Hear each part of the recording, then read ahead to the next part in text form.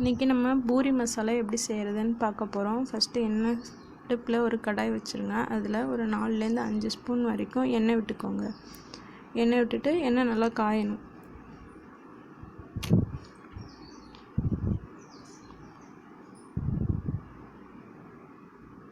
எண்ணெய் காஞ்ச பிறகு அதில் ஒரு 1/2 ஸ்பூன் கடுகு போட்டுக்கோங்க. அப்புறம் ஒரு 1/2 ஸ்பூன் உளுத்தம்பருப்பு எடுத்துக்கோங்க, அதையும் போட்டுக்கோங்க. போட்டுட்டு கடுகு நல்லா பொரியணும். அந்த உளுத்தம்பருப்பு நல்லா செந்நிறமாகணும். அடுத்து ஒரு 1/2 ஸ்பூன் ஜீரகம் போட்டுக்கோங்க. ஜீரகம் சேர்த்திங்கன்னா ரொம்ப நல்லா வாசனையாக ஜீரண சக்திக்கு நல்லா இதாக இருக்கும். அப்புறம் ஒரு ஸ்பூன் கடலைப்பருப்பு எடுத்துக்கோங்க. போட்டு நல்லா அது பொரியட்டும், நல்லா வாசம் வரும். அப்போ 4 வெங்காயம் பொடியாக நறுக்குனது அது போட்டு நல்லா வதக்கிக்கோங்க.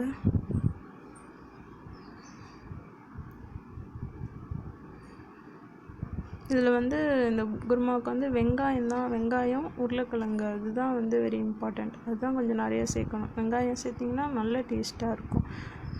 தக்காளி கம்மியாக தான் சேர்க்கணும். நீங்கள் வெங்காயம் நல்லா வதக்கிக்கோங்க. நல்லா வதக்கினா தான் ஒரு நல்ல ஒரு டேஸ்ட் கிடைக்கும். நல்லா வதக்கிக்கோங்க. வதக்கின பிறகு ஒரு 4 பச்சை மிளகாய் கீரி போட்டிருக்கேன் நான். போட்டுட்டு ஒரு துண்டு இஞ்சி அதை குட்டி குட்டியாக நான் நறுக்கி வச்சுருக்கேன். அதையும் போட்டு நல்லா வதக்கிக்கோங்க. இது ஒரு இந்த நெஞ்சு கரிப்பு எந்த ஒரு பிரச்சனையுமே இருக்காது.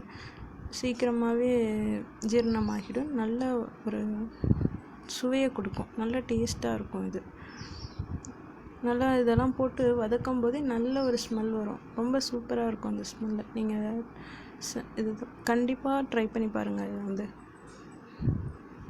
நல்லா வதக்கிட்டு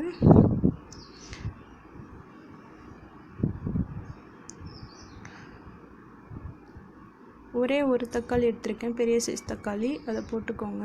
ஒரு தக்காளி மட்டும் போதும். ஏன்னா புளிப்பு சுவை அதிகமாகிடும். நீங்கள் தக்காளி நிறையா போட்டிங்கன்னா புளிப்பு சுவை அதிகமாகிடும். அதனால் ஒரே ஒரு தக்காளி போதும்.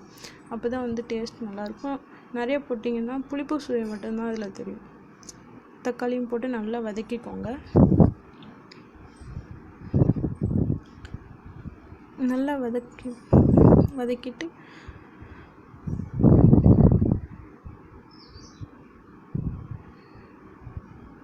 எல்லாம் சேர்ந்து ஒரு நல்ல ஸ்மெல் வரும்.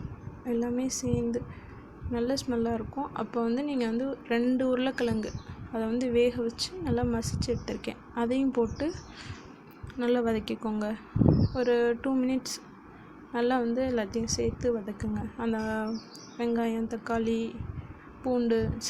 இஞ்சி அதெல்லாம் சேர்த்து ஒரு நல்ல ஸ்மெல்லாக இருக்கும். நீங்கள் அது வதக்கும் போதே உங்களுக்கு தெரியும், அந்த ஸ்மெல் நல்லா வரும். வதக்கிட்டே இருங்க. நல்லா ஒரு 2 மினிட்ஸ் வரைக்கும் நல்லா வதக்குங்க. பிறகு ஒரு ஸ்பூன் மஞ்சள் தூள் சேர்த்து நல்லா வதக்குங்க. எல்லாமே அந்த மஞ்சள் நல்லா மிக்ஸ் ஆகணும். அந்தளவுக்கு வதக்கி விடுங்க. வதக்கிட்டு அந்த கடலை மாவு ஒரு 3 ஸ்பூன் எடுத்துக்கோங்க. 3 ஸ்பூன் எடுத்துட்டு அதை தண்ணி விட்டு கரைச்சிக்கணும். இது ஒரு நல்ல திக்னஸ் கொடுக்கும். அதுக்கு தான் இதை சேர்க்குறோம். இதை தண்ணி விட்டு நல்லா கரைச்சிக்கோங்க. அப்போ தான் கட்டி இல்லாமல் இருக்கும். கரைச்சிட்டு சேர்த்துட்டிங்கன்னா எந்த கட்டியுமே இருக்காது. நல்லா கரைச்சிட்டு சேர்த்துட்டு இதோட தேவையான அளவு தண்ணி விட்டுக்கோங்க நீங்கள். அப்புறம் 1 ஸ்பூன் கல்லுப்பு சேர்த்துருங்க. அதில்